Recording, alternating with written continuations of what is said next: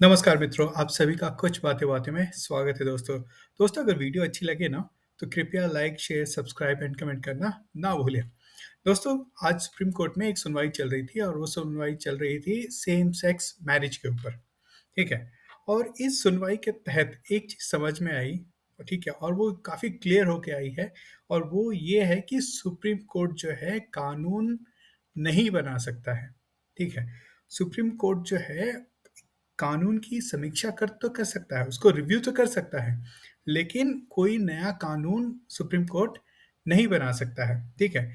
इस मामले में सुप्रीम कोर्ट ने जो सेम सेक्स मैरिज है, उसको लीगलाइज़ नहीं किया है। जो लोग गए थे वो चाहते थे कि इसको लीगलाइज़ किया जाए, ठीक है? लेकिन सुप्रीम कोर्ट ने सीधे-सीधे कह दिया है कि भाई हम इसको लीगलाइज़ नहीं कर सकते हैं, ये अधिकार जो है सिर्फ़ और सिर्फ़ पार्लियामेंट के पास है। तो ये क्लैरिटी हो गई है, ठीक है? क्योंकि इसकी बात इसलिए हो रही है क्योंकि सुप्रीम कोर्ट जो है आर्टिकल 370, 35 ए इन सब की भी सुनवाई कर रहा है। और जो लोग इन केसेस को लेके गए हैं, वो चाहते हैं कि सुप्रीम कोर्ट जो है, जो सरकार ने किया है उसको रिपील करे, ठीक है दोस्तों? वो इस मामले को लेके गए हैं, ठीक है? तो ये इस चीज़ के तहत काफ़ी महत्वपूर्ण बात आई है सामने, ठीक है? उसके बाद में एक और 1-2 और मुद्दे इसके साथ-साथ में आए, ठीक है? उसमें क्या है कि देखिए 5 जजेस की बेंच इस मामले की सुनवाई कर रही थी, ठीक है? इसमें जस्टिस डी.वाई. चंद्रचूड़ थे चीफ जस्टिस और जस्टिस एस.के. कौल, ठीक है? उन्होंने कहा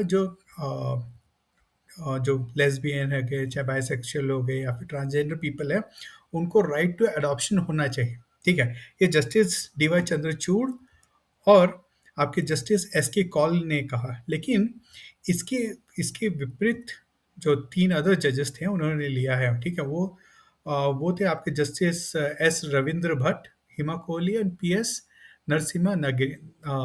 नरसिम्हा जो कि इस बात को वो उसके अगेंस्ट में गए और उन्होंने कहा कि ये जो कैरा रेगुलेशन है, इससे अगेंस्ट जाता है, ठीक है? ये आपको समझनी पड़ेगी कि ये रेगुलेशन क्या है, ठीक है? ये regulation central adoption resource authority regulation है, ठीक है? वो बेसिकली ये रेगुलेशन के तहत क्या होता है कि जो भी अनमैरिड लोग हैं, people who are not married, ठीक है? वो लोग एडॉप्शन नहीं कर सकते हैं, ठीक है ना? तो बेसिकली इस चीज़ को भी बाकी के 3 जो लोग हमारे जो जजेस थे सुप्रीम कोर्ट में, उन लोगों ने इस बात को खारिज कर दिया है, ठीक है? लेकिन क्या ये जो जजमेंट आया है, इससे जो लोग एलजीबीटीक्यू या फिर क्वेयर कपल्स हैं, उनके लिए काफ़ी धक्का है?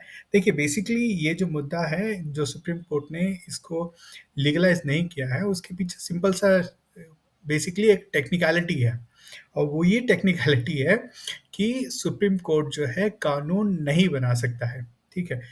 सुप्रीम कोर्ट कानून का रिव्यू कर सकता है, लेकिन उसको उस वो कोई भी कानून नहीं बना सकता है। देखिए इस चीज़ में भी यही हुआ।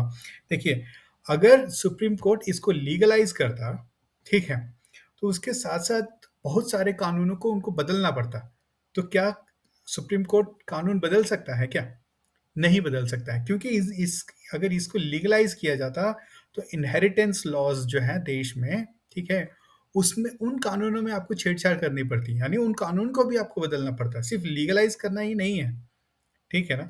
तो ये काफ़ी महत्वपूर्ण है और ये काफ़ी पेचीदा मामला था और इसमें से खाली मैं एक यही बात समझ पाया हूँ और वो ये है कि सुप्रीम कोर्ट कानून नहीं बना सकता, उसके लिए सिर्फ़ और सिर्फ़ आपको पार्लियामेंट में जाना ही पड़ेगा या फिर आपकी जितनी भी क्या बोलते हैं प्रोपेगेंडा है या फिर जो भी बैकिंग या फिर जो कुछ भी करना है आपको, वो आपको पार्टियों को थ्रू ही करना पड़ेगा, ठीक है ना? तो ये जितने भी एलजीबीटीक्यू वाले या फिर जो भी हैं, उनको शायद अब पार्टीज़ के पास जाना पड़ेगा, उन पे प्रेशर डालना पड़ेगा। ठीक है? आपको कांग्रेस के पास जाना पड़ेगा, देश की सारी पार्टियों के पास जाना पड़ेगा और आपको कहना पड़ेगा भई आप हमारे लिए कानून बनाइए, ठीक है? नहीं तो हम आपको वोट नहीं देंगे। तो ये भी देखना है कि आप ये जनसंख्या कितनी है? क्या ये कितना बड़ा प्रेशर डाल सकते हैं सरकारों पे? या फिर जो भी हमारे लेजिस्लेचर्स हैं, उन पे कितना बड़ा प्रेशर डाल सकते हैं और ये काम करवा सकते हैं या नहीं?